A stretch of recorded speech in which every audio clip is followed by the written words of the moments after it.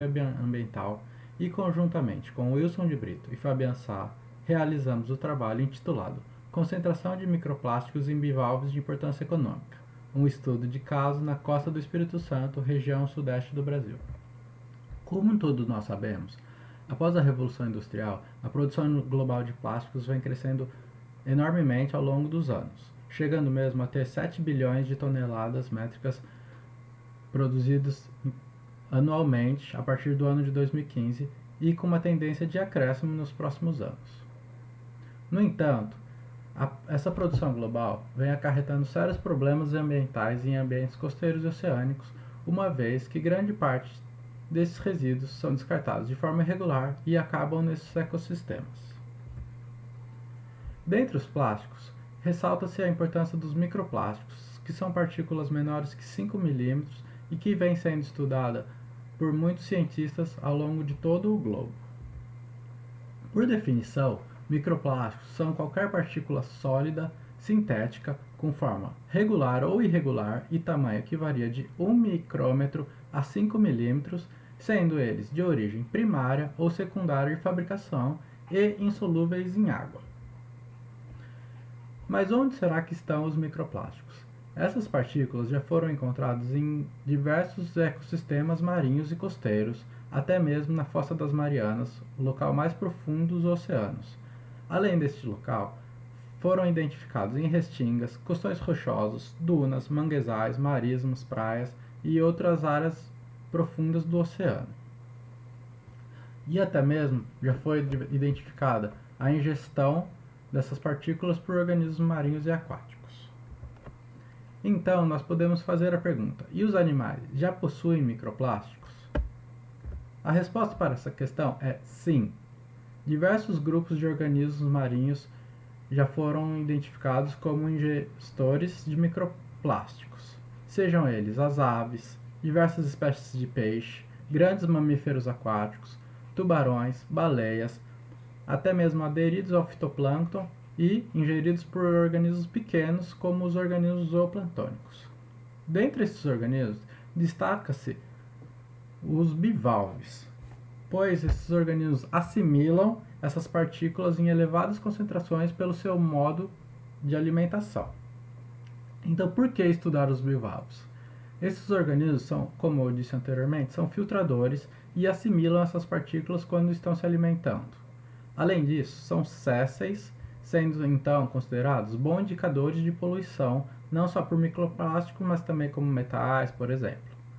Além disso, esses organismos muitas vezes são utilizados na alimentação humana, podendo acarretar problemas sanitários para o homem. No Espírito Santo, a espécie mais comumente encontrada é a espécie denominada perna-perna e é amplamente utilizada pelos capixabas como alimento.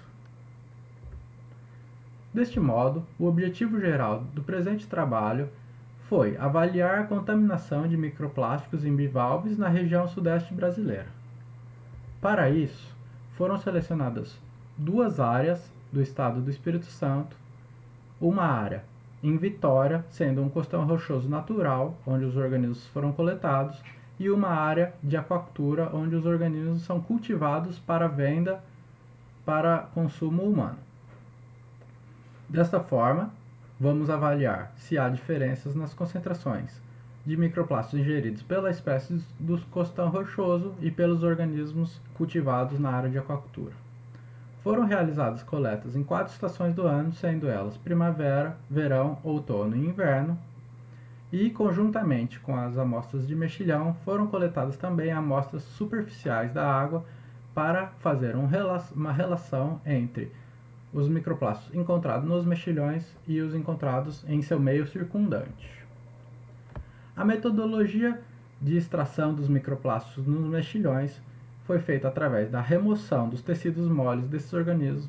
Eles foram pesados e medidos e, posteriormente, colocados em beckers para fazer a digestão com hidróxido de potássio mais uma solução salina, onde os microplásticos ficaram boiando na água. Após esse processamento, foi feita uma filtração a vácuo com membranas de fibra de vidro de 1,2 micrômetros esses filtros foram secados para a posterior verificação dos microplásticos em lupa. Os resultados foram dados em diferentes formatos dos microplásticos, diferentes tamanhos e as diferentes concentrações, tanto para os organismos como para a água. Nos organismos, os dados foram dados em microplásticos por indivíduo e microplásticos por grama de indivíduo, e para a água foram dados em microplásticos por litro d'água.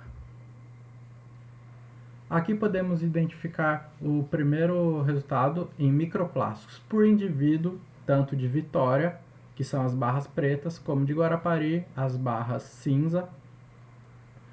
É possível identificar que os microplásticos foram encontrados de 4 a 12 microplásticos por indivíduo, sendo as maiores concentrações no verão e no inverno, tanto para Vitória quanto para Guarapari. Além disso, as menores concentrações foram identificadas na primavera, sempre menores que 6 microplásticos por indivíduo coletado. Com relação à concentração de microplásticos por grama de indivíduo, foi possível identificar que variaram de 0,6 a 2,8 microplásticos por grama, sendo novamente as maiores concentrações no outono e no inverno, na região de Guarapari, e as menores concentrações na primavera, tanto para a região natural de Vitória quanto para a região de aquacultura em Guarapari. Foi possível identificar, através desses resultados, que a região de Guarapari, ou seja, a região de aquacultura, possui mais microplásticos do que a região natural. Já para as amostras d'água, foi possível perceber uma variação de 14 a 98 microplásticos por litro d'água, novamente com as maiores concentrações no outono e no inverno, principalmente na região de Guarapari, e as menores concentrações na primavera e também na região natural durante o inverno. Quanto às formas e cores dos microplásticos encontrados, foi possível identificar uma grande semelhança tanto para os organismos de Vitória quanto para os organismos de Guarapari e também para as amostras d'água, onde mais de 70% dos formatos encontrados foram as fibras, seguidos por fragmentos e filmes.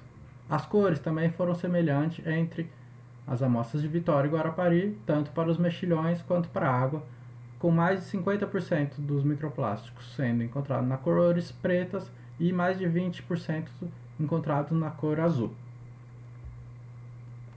Os tamanhos dos microplásticos encontrados também foram semelhantes entre as áreas de Guarapari e de Vitória, tanto para os mexilhões como para a água. A grande maioria dos microplásticos foram do tamanho menores que 0,5 milímetros para essas áreas, tanto nos mexilhões como para a água. Além disso, foi feita uma relação de Pearson para verificar se há uma correlação positiva ou negativa entre a concentração de microplásticos na água e a concentração de microplásticos por indivíduo, e foi possível identificar uma forte correlação positiva entre esses dados. Ou seja, quanto mais microplásticos na água, maior será a concentração de microplástico nesses indivíduos. Assim, conseguimos mostrar que tanto as concentrações, os formatos, as cores e tamanhos são semelhantes entre a água e os mexilhões. Deste modo, concluímos através desse trabalho que as concentrações e tipos de microplásticos são semelhantes a outros estudos ao longo do mundo, tanto para as amostras de água quanto para as amostras de mexilhão, e há uma elevada correlação entre os microplásticos encontrados nos mexilhões e na água. Agradeço à FAPES por possibilitar a realização desse estudo através da minha bolsa. Também agradeço à Universidade Federal do Espírito Santo e ao Programa de Pós-Graduação em Oceanografia Ambiental, tal como agradeço ao primeiro simpósio de pós-oceano da UERJ pela possibilidade de eu apresentar esse trabalho. Muito obrigado a todos que assistiram. Se tiverem qualquer dúvida, podem mandar e-mail para fabiocebon@gmail.com. Muito obrigado.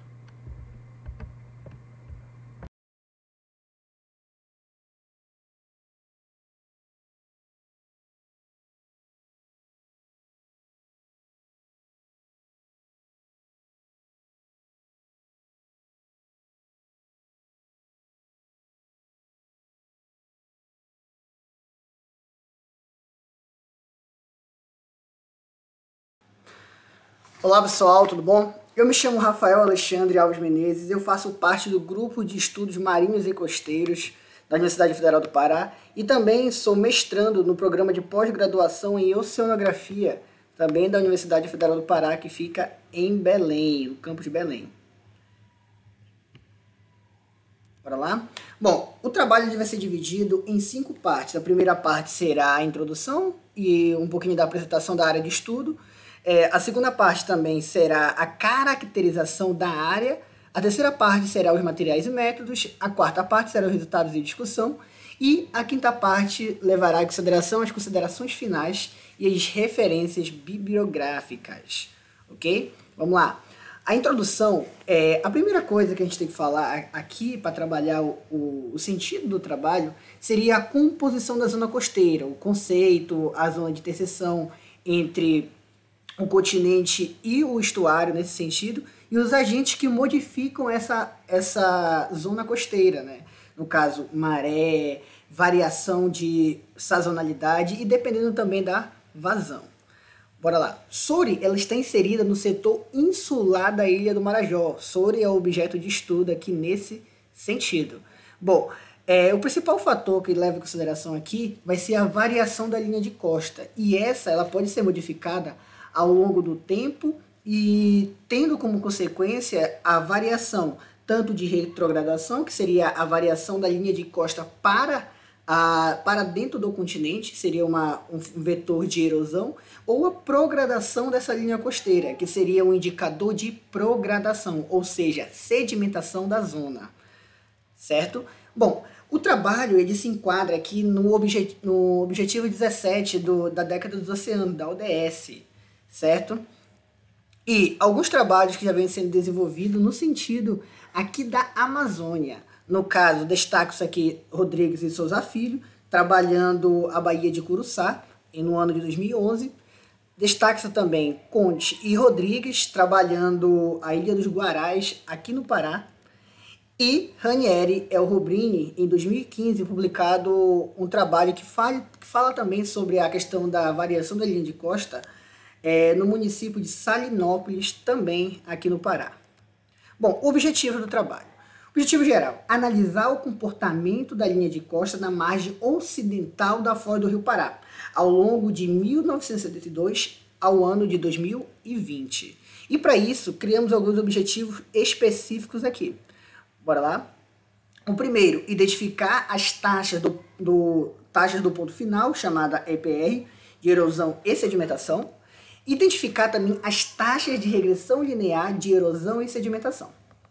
E também identificar as taxas do movimento líquido da linha de costa, chamada NSM. Esses 3 são parâmetros que a gente vai ver daqui a pouquinho.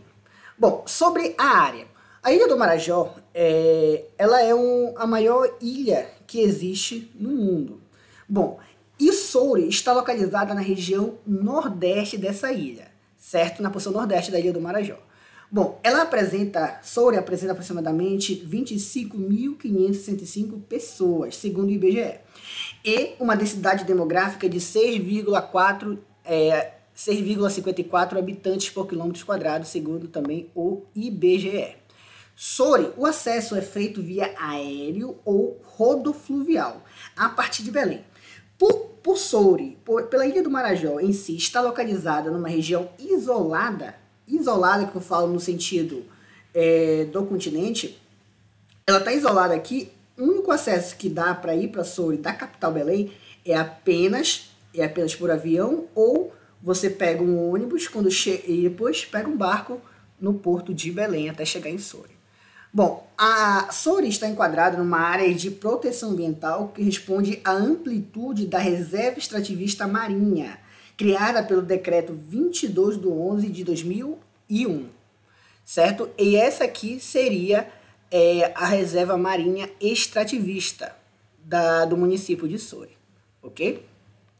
Vamos lá? E esse ponto em vermelho é onde é a área de estudo do trabalho, tudo bem? Bom, sobre os materiais e métodos, é importante ressaltar que tivemos aqui alguns procedimentos, certo? Bom, primeira coisa foi os procedimentos preliminares, ou seja, a definição da área de estudo, a revisão bibliográfica para entender um pouco mais desse complexo marajoara e, especificamente, Soure.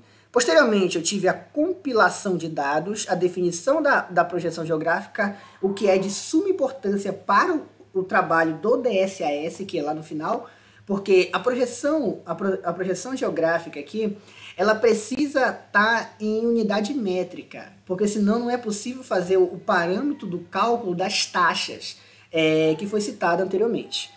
Bom, a partir disso, a gente fez a escolha das imagens, que foram imagens de Landsat, né, que compreendem 1972 até 2020. Posteriormente, a partir desse processo, a gente teve o processamento em SIG, ou seja, a caracterização dos erros geométricos para identificar, porque toda imagem ela vem com algumas distorções, a gente precisa classificar esses erros para tirar a margem de erro e ter um valor quantitativo bem acessível e bem notório nesse sentido. Posteriormente, a gente teve a vetorização da linha de costa e, posteriormente, a classificação do DSAS. Para mostrar um pouquinho o que seria esse processamento da linha de costa, a gente fez uma compilação da linha de costa a partir do NDWI, onde a gente identifica o parâmetro, né, da linha de interseção da água com o continente e é possível vetorizar essa linha de costa. E, por consequência, a gente faz o cálculo, né, gera transecto a partir do DSAS, a partir de um processamento totalmente em SIG, fazendo um parâmetro gerando no GeoDatabase e criando alguns parâmetros posteriormente. A partir criado os transectos, que são essas linhas transversais aqui em verde, é possível calcular tanto o SCE, Shoreline Change Envelope, e entre outros fatores. Entre eles foi escolhido aqui o EPR, o LRR e o NSM. Ok? Bom, e para isso a gente teve os resultados aqui estimados. Bom, a partir dos parâmetros estatísticos foi dividido em 2 setores aqui para identificar. Ok? O primeiro setor seria compreendente próximo à ilha, a parte da zona, né, da zona mais urbana lá de Soure, e a segunda parte seria a parte mais indo para a foz de Soure, certo, do Rio Pará, nesse sentido. Bom, bora lá. As taxas aqui, o NSM, o EPR no setor 1, a taxa máxima negativa foi de 1.247,46 metros. E a taxa máxima positiva deu 1.012,72 metros. Agora, o EPR, é importante ressaltar que o EPR ele leva em consideração apenas a primeira e a última linha para fazer a sua análise estatística. O LRR ele compreende todas as linhas de costa vetorizadas para eu identificar esse componente. Ok? Então, os parâmetros do EPR e o LRR, eles são comparáveis, ou seja, são próximos um do outro. Um leva em consideração, mas só que um analisa mais sistematicamente e o outro analisa mais superficialmente entre a primeira e a última linha de costa. Então, veja que os resultados aqui do EPR e a taxa, as taxas negativas elas foram superiores às taxas positivas. E quando a gente identifica a média ponderada, o que predomina aqui é um sentido erosivo. Agora, no setor 2, eu também tenho uma tendência negativa. Porém, eu já tenho um processo, quando eu analiso o LRR, um pouco variando para sedimentação aqui, mas dentro da margem de erro. Ok? Bom, e para isso também foi gerado aqui os produtos cartográficos, onde a gente tem, o primeiro aqui seria o NSM, aqui seria a costa de Soure, aqui do setor 1, né? como a gente exemplificou anteriormente. Aqui seria o EPR, que seria o EPR daqui também do setor 1. E bem aqui, nessa área aqui, seria a zona urbana, que foi falado anteriormente. Ok? A zona urbana de Soure. E aqui seria os gráficos, né, que foi oriundo dessas taxas aqui. Observe que a maior parte das taxas ela tendem abaixo de zero, ou seja, negativas, o que compreende um processo erosivo. E aqui também no movimento das taxas de regressão linear e posteriormente também do movimento líquido da linha de costa. E aqui eu tenho o setor 2, que é um setor que tange a foz do Rio Pará, indo mais em direção ao norte, certo? E aqui a gente já observa também um eixo erosivo, certo? Mas também com tendência de estabilização, como a gente pode observar aqui no gráfico. Apesar de eu ter uma erosão bem acentuada, eu também tenho processos sedimentares aqui. Considerações finais. O estudo da movimentação da linha de costa é importante para entender a dinâmica das zonas costeiras, através das técnicas empregadas para o monitoramento da linha de costa.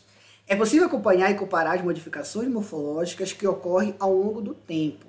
Desta forma, foi possível identificar que os setores que predominam a erosão, os dois setores que predominam a erosão, tanto no setor 1 quanto no setor 2, em detrimento da sedimentação.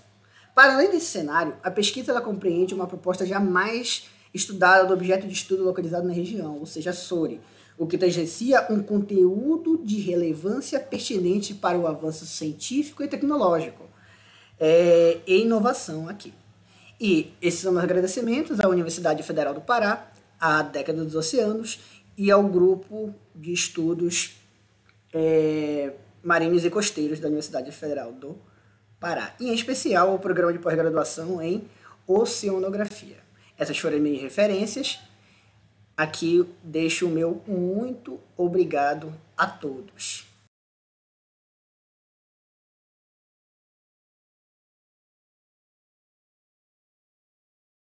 Esse projeto de pesquisa intitulado Caracterização de Massas d'Água dos Estados de Santa Catarina e Rio Grande do Sul na Comissão Costa Sul 3. Eu sou Samia Alencar Araújo e a orientadora desse trabalho foi a doutora Camila Marim. De forma resumida, a circulação oceânica global é dada por duas vertentes. A superficial é causada pela rotação da Terra, formando ventos que resultam em giros em todos os oceanos. Já em águas profundas existe a circulação chamada de termolina, onde a forçante é a densidade. Essas duas circulações juntas são formadas por massas d'água que possuem intervalos de temperatura e salinidades específicos. É possível nós identificarmos essas massas d'água através de pares de temperatura e salinidade em diagramas que nós chamamos de TS. Informações sobre locais de origem, sobre a interferência nos parâmetros da vida marinha e também sobre parâmetros de troca com a atmosfera, algo que está em bastante evidência devido às mudanças climáticas. Então, o Oceano Atlântico Sul, um sistema complexo formado por correntes e alguns giros. O giro principal é o giro subtropical. Na região Oceano Atlântico Sudoeste se encontra a corrente do Brasil.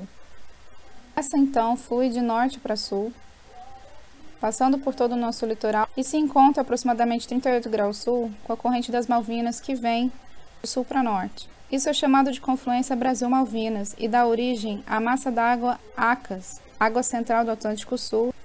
Bom, aqui nós podemos ver as massas d'água sudeste e sul do Brasil, didática e teórica. Aqui nós temos a plataforma continental, associada à quebra nós temos a corrente do Brasil, descendo de norte para sul, como nós vimos anteriormente. A massa da água equivalente à corrente do Brasil é a água tropical, a mais salina e mais quente que nós temos aqui na nossa estratificação. Logo abaixo dela nós temos a ACAS, a água central do Atlântico Sul, formada, como eu disse anteriormente, pela confluência Brasil-Malvinas.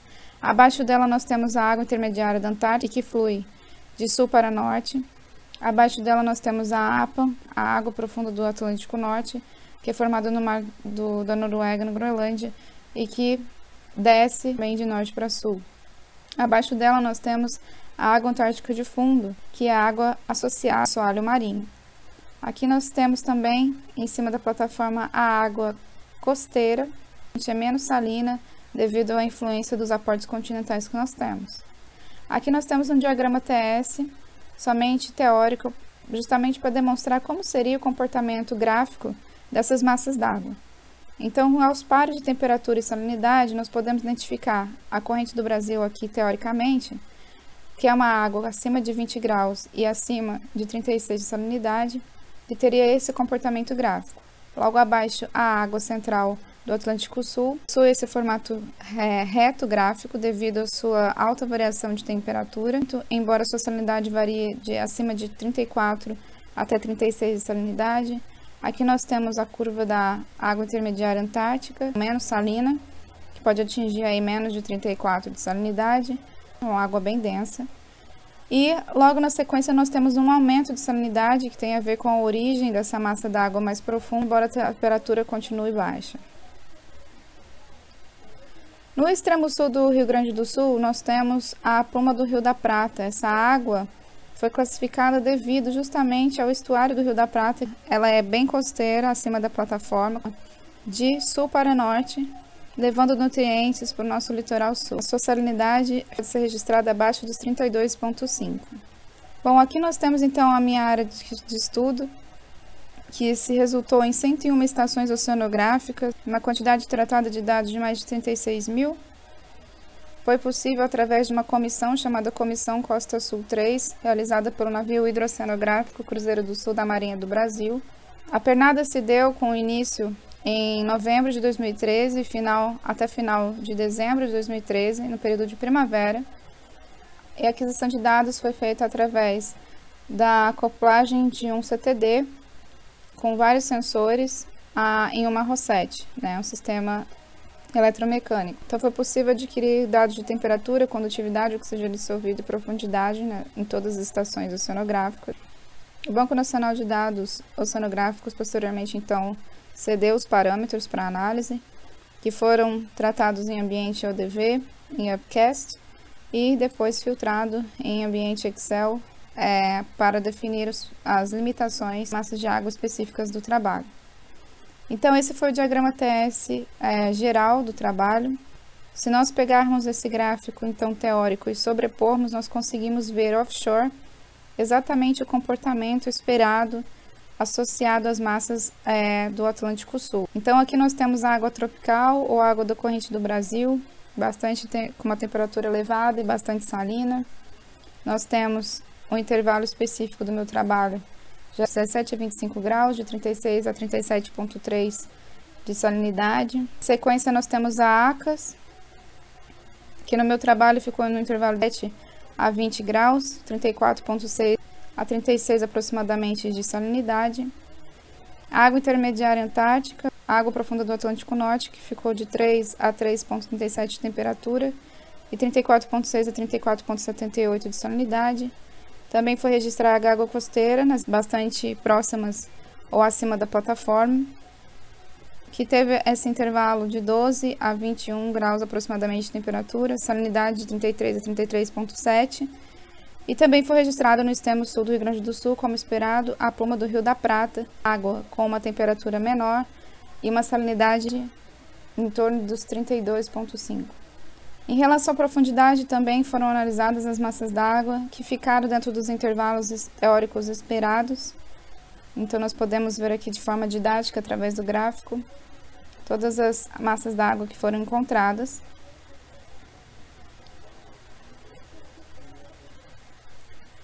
E aqui, como exemplo, eu vou dar a seção 2, foram feitas 14 seções no total. São essas linhas perpendiculares à costa, de costa offshore, sobe de offshore à costa. Bom, então para cada seção foi gerado um TS próprio. As massas d'água relacionadas ao giro e mais oceânicas apresentaram então um comportamento típico teórico, sendo registrado a água tropical, a ACAS, a AE e a APA. Esses pontos dispersos aqui, zonas de mistura de águas, água costeira, e aqui nós temos a pluma do Rio da Prata, que foi registrada até a seção 3. Aqui nós temos então, de costa offshore, a análise da seção. Cada risco desse é uma estação oceanográfica. E nitidamente a salinidade mais alta, e a temperatura mais alta associada aqui à quebra da plataforma à corrente do Brasil. Logo abaixo nós temos uma variação bastante grande de temperatura associada à ACA. Abaixo delas nós temos a água intermediária antártica, aqui com uma salinidade um pouco menor. A APAM, né, que teria então um leve aumento da salinidade, voltando essa coloração mais por torno dos 35. Identificar a água costeira e a água da Pluma da Prata devido justamente à salinidade, olha só, que é bem baixa. Eu agradeço então a atenção, deixo o meu contato e estarei à disposição.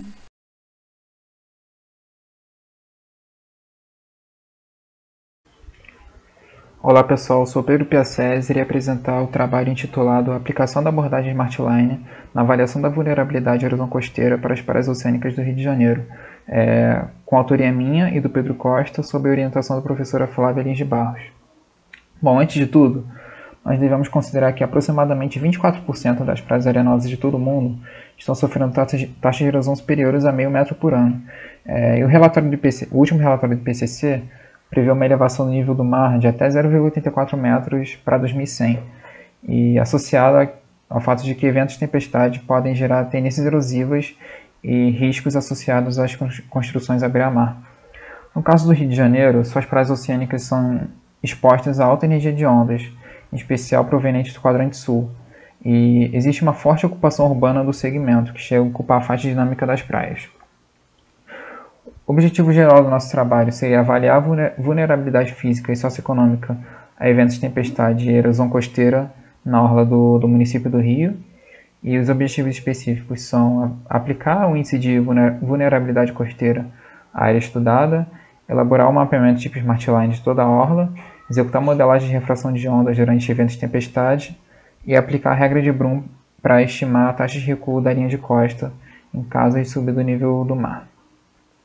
Nossa metodologia são levantamentos bibliográficos, cartográficos e de bases, geográficos e censitários, elaboração de uma modelagem de refração de ondas com o uso do software SysBahia, monitoramento contínuo realizado através de perfis disponíveis no Laboratório de Geografia Marinha da UFRJ, aplicação da regra de Brum para avaliar o recuo da linha de costa, avaliação do índice de vulnerabilidade a partir da abordagem SmartLine, e a utilização da ferramenta CAS para verificar o comportamento da linha de costa nos últimos anos.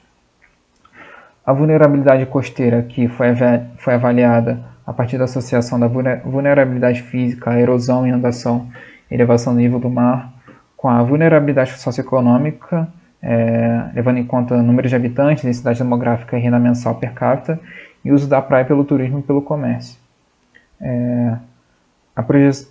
Junto com a projeção do recuo da linha de costa a partir da regra de Brum e o comportamento da linha de costa nos últimos anos a partir da ferramenta CAS. Nossos resultados parciais foram divididos em 4 etapas, sendo os 3 primeiros uma avaliação física do segmento e o quarto passo uma avaliação socioeconômica. Junto da modelagem da propagação de ondas de tempestade para o Rio de Janeiro, mapeamento da projeção da linha de costa calculada a partir da regra de Brum e propostas para o mapeamento da vulnerabilidade costeira. O passo 1 seria um mapeamento indicativo sobre características geológicas e geomorfológicas mais gerais, levando em conta o material da praia, a exposição a ondas e o relevo da Interlândia. O passo 2 seria uma classificação regional, levando em conta feições do pós-praia, a granulometria e a morfodinâmica praial. Para o passo 3, nós fizemos a modelagem de propagação de ondas, onde elaboramos 10 modelos com direções entre 150 graus e 220 graus, com perfil médio de onda com uma altura de 3,5 metros e períodos entre 10 e 15 segundos. O passo 3, nós incluímos fatores geológicos, geomorfológicos, topográficos, oceanográficos e climáticos mais relevantes, e nós incluímos a altura de pós-praia, a altura de ondas de ressaca e o gradiente da zona do surf. Para o passo 4, nós identificamos aspectos socioeconômicos para identificar pontos de maior concentração de residentes e um possível maior impacto financeiro. Aqui nós destacamos o número de habitantes, a densidade demográfica e a renda mensal per capita do segmento em questão, para indicar o grau de vulnerabilidade e resiliência dos habitantes ali presentes. Com relação à projeção da linha de costa em caso de subida do nível médio do mar, nós utilizamos a regra de Brum, e com o valor de uma subida do nível médio do mar de 0,84 metros até 2100.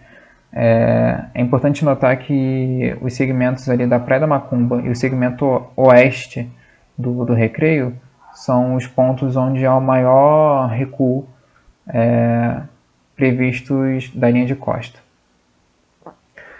O comportamento da linha de costa entre 1984 até 2021, nós fizemos através da ferramenta CAS, e podemos destacar pontos de erosão na Praia da Macumba e em São Conrado, uma acreção em São Conrado também, no segmento Leblon e Ipanema e no Leme. E devemos destacar que a análise conjunta desses dados com os perfis de praia e dados sobre o balanço sedimentar são de extrema importância para desenvolvermos medidas de mitigação à erosão costeira e ao recuo da linha de costa. Com próximos passos, nós iremos fazer um mapeamento da vulnerabilidade, e para isso nós iremos desenvolver o índice de vulnerabilidade para aplicá-lo ao Smart Line, e podemos destacar diversos exemplos na literatura que foram desenvolvidos em índice de vulnerabilidade, como nesse estudo de 1991. Com relação à vulnerabilidade socioeconômica, nós iremos abordar a economia formal e informal nas praias, com toda uma rede de trabalhadores diretamente envolvidas, como os ambulantes, os barraqueiros e os quiosques. E, por exemplo, nesse estudo de 2018, foi estimado que a subida do nível do mar poderia afetar 200 ambulantes, 75 barracas e 16 quiosques, entre Ipanema e Arpoador, com uma perda em quase 1,2 milhões de reais em um mês. Outro exemplo, no Arpoador, na tempestade de 2016, de abril de 2016, ocorreu uma perda em mais de 150 mil reais às 16 barracas no local. Ou seja, nós podemos ter uma ideia do qual seria o impacto a todo esse segmento aqui abordado no trabalho. Nossas conclusões são que a abordagem Smart Line permite fácil cruzamento de dados e elaboração de mapeamentos. A aplicação da modelagem de refração de ondas é essencial para identificar possíveis pontos de erosão na orla, e o litoral carioca está sujeito a ocorrências de erosão costeira futura por consequências da subida do nível médio do mar. Podemos perceber isso através da aplicação da regra de Brum, em que evidenciou trechos com quase 200 metros de recuo possíveis nos próximos 80 anos. Esses são nossos agradecimentos, nossas referências bibliográficas e nossos e-mails para contato.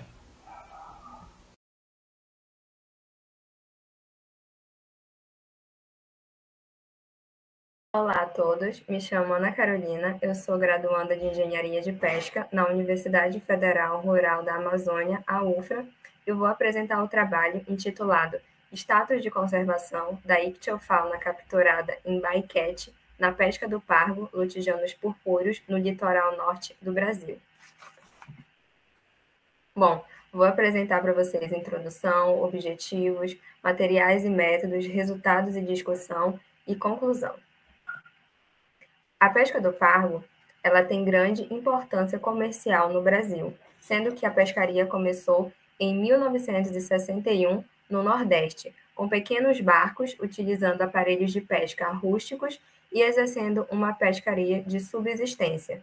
A área era restrita aos bancos oceânicos e à plataforma continental dos estados do Ceará, Piauí e Maranhão, sendo que posteriormente ela expandiu-se para a região norte do país, no estado do Pará e do Amapá, sendo que essa expansão ela ocorreu principalmente pela redução dos estoques naquela área, ou seja, como teve um elevado esforço de pesca que foi associado à adoção de aparelhos de captura que não tinham uma seletividade de peixes muito boa, que almejavam uma maior produtividade, acabou comprometendo a efetivação e a renovação dos estoques pesqueiros naquela área, ou seja, acabou fazendo com que tivesse essa migração para a região norte. E junto com essa migração, foi introduzida uma nova arte de pesca, denominada de couvo ou manzoá. onde a pescaria industrial acabou dominando totalmente essa arte e é utilizada até os dias atuais. E aí é onde entra a nossa problemática. A pesca, ela ocorre na plataforma continental amazônica, onde atualmente é conhecido um complexo sistema de recifes que se estende do Maranhão até a Guiana Francesa. De um modo geral, não há um conhecimento consolidado sobre a diversidade daquela região e pouco se sabe sobre parâmetros ambientais ou informações de estrutura trófica daqueles indivíduos. Então, faz-se necessário ter um levantamento faunístico das espécies de peixes que são capturadas como fauna acompanhante dessas pescarias, não só do pargo, a fim de criar políticas públicas que são voltadas ao monitoramento e à conservação ambiental. Dessa forma, os objetivos do trabalho foi identificar a ictiofauna acompanhante da pescaria do pargo, destacando as espécies recifais e destacando o estado de conservação destas espécies. Em relação aos métodos e materiais, as amostras elas foram coletadas por amostradores científicos a bordo das embarcações da frota pargueira, no sistema de recifes do Amazonas, como vocês podem ver aqui ao lado no mapa.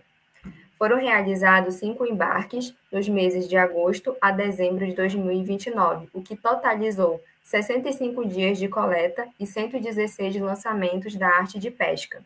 As amostras elas foram fotografadas e codificadas com algumas referências, como a data da coleta, a coordenada da captura, a profundidade e até mesmo a quantidade em quilos da fauna acompanhante.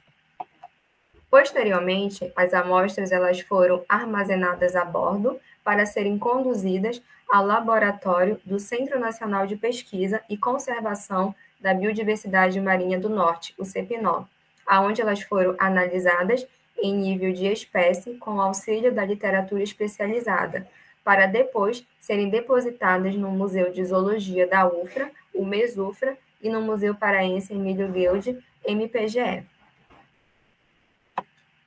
Como resultado e discussão, foi possível observar nos resultados dessa pescaria uma grande diversidade, uma grande variedade de peixes que vem acompanhado como bycatch. Logo, nós conseguimos identificar cerca de 30 espécies pertencentes a 18 famílias, sendo que 5 dessas estão com status de vulnerabilidade, tanto no Livro Vermelho da Fauna Brasileira Ameaçada de Extinção, quanto na União Internacional para a Conservação da Natureza, a IUCN. Logo, as espécies que são consideradas com status criticamente em perigo ou com status de vulnerabilidade são aquelas que são efetivamente consideradas ameaçadas de extinção. Logo, essas espécies necessitam de ações de conservação e monitoramento imediato. Aqui também apresentamos um gráfico das espécies que são mais representativas no bycatch. Primeiro, nós temos o Lutigianus sinagris, que é o nosso ariacó, seguido do Orthopricis scapulari, que é o nosso canguito. Aqui nós apresentamos a nossa tabela com as espécies que foram identificadas na pescaria do pargo, seguida das 5 espécies que são consideradas com status de vulnerabilidade. Nós temos o canguito, o cangulo branco, o tubarão-lixa, o pargo-piranga, o batata e a garopa vermelha. Bom, de conclusão do trabalho, podemos concluir com a seguinte pesquisa, que há uma necessidade de monitoramento e possíveis intervenções para a preservação das espécies, haja vista que ficou evidenciado no trabalho a grande diversidade, a grande riqueza da ictiofauna que acompanha a pescaria do pargo na plataforma continental amazônica.